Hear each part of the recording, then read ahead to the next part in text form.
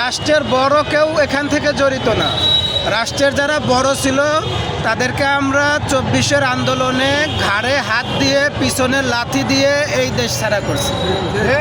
তার মানে বোঝা গেল বড় অংশটা দেশের বাইরে আছে। আমি তো বললাম অল্প কিছু সংখ্যক একদম আবর্জনার মতো ওদের পা এখন বাংলাদেশের মাটিতে হাঁটু পর্যন্ত দেবে আছে। আমরা যদি ঘাড়ে একটু চাপ দেই ওরা গলা পর্যন্ত দেবে যাবে। আর বাদ বাকি কিছু সি টাইপের আছে যারা একদম চুদনা টাইপের, ওরা আছে রাস্তায় আবর্জনা ময়লা যেরকম পড়ে থাকে এরকম।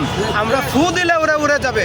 বিশ্বাস না হয় রাস্তায় এসে দেখান, বাম ওই শাহবাগী একটু রাস্তায় এসে দাঁড়ান, ফু দিলে যদি উড়ে না যান আমি এখানে আর কোনোদিন বক্তব্য দিব না।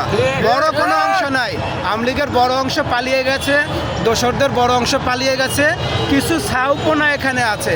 এদেরকে আমরা ভয় পাই না, এদের কোনো কার্যক্রমে আমরা ভীতু হই না, এদের গুলির সামনে আমরা স্বাধীনতা এখনও দেখি।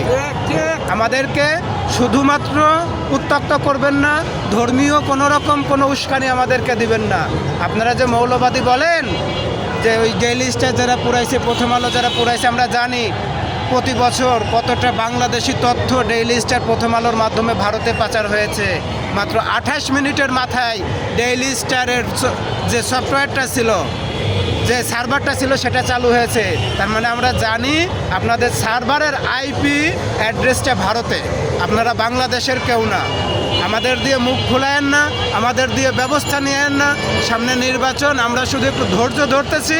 দেশের মানুষ ভোট দিতে চায়, তার পছন্দের মানুষকে ভোট দিতে চায়।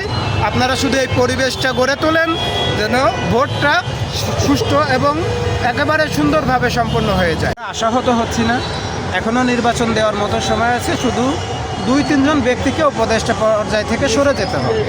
দেখেন, আমরা সম্মানের সাথে আপনাদের হাত ধরবো যে ভাই আপনি ওখান থেকে একটু নেমে পড়েন, না হলে কি হবে, আমরা যখন দেখব যে ওই মেরে ফেলতেছে, মানুষকে ভয় দেখাচ্ছে, মারতেছে, তখন কি হবে, ওই সম্মানটা আর আপনাদের থাকবে না। তখন কি করব, ঘাট ধরে পিছনে একটা লাথি দিব। কারণ আমি এই দেশে 1 ভোটের মালিক, এখানে যারা সাধারণ মানুষ দেখেন, অসহায় মানুষ দেখেন, এরাও 1 ভোটের মালিক।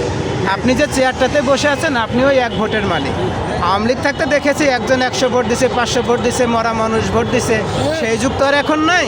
বরং আপনাকে এক গণতান্ত্রিক দেশে আপনি যখন 1 ভোটের মালিক, তখন আপনাকে ওই পর্যন্ত আমি সম্মান দিতে পারি, এর থেকে বেশি পারবো না। আজকের পর থেকে কোনোভাবে সাধারণ মানুষের জীবনমালের যদি নিরাপত্তা না দিতে পারেন, দয়া করেন। গালাগালি দিতে দিতে মুখ ব্যথা হয়ে গেল, আর পারতেছি না, হাত ধরে টানে নামানোর চেষ্টা করব। আর সসম্মানে যদি চলে যান, আপনাদের পরিবার আছে, আপনাদের বাচ্চা কাচ্চা আছে, এই কথাগুলো তো তারাও শোনে। অসম্মান করতে চায় না, কিন্তু দেশের মানুষের জীবনের ঝুঁকিটাও নিতে চায় না।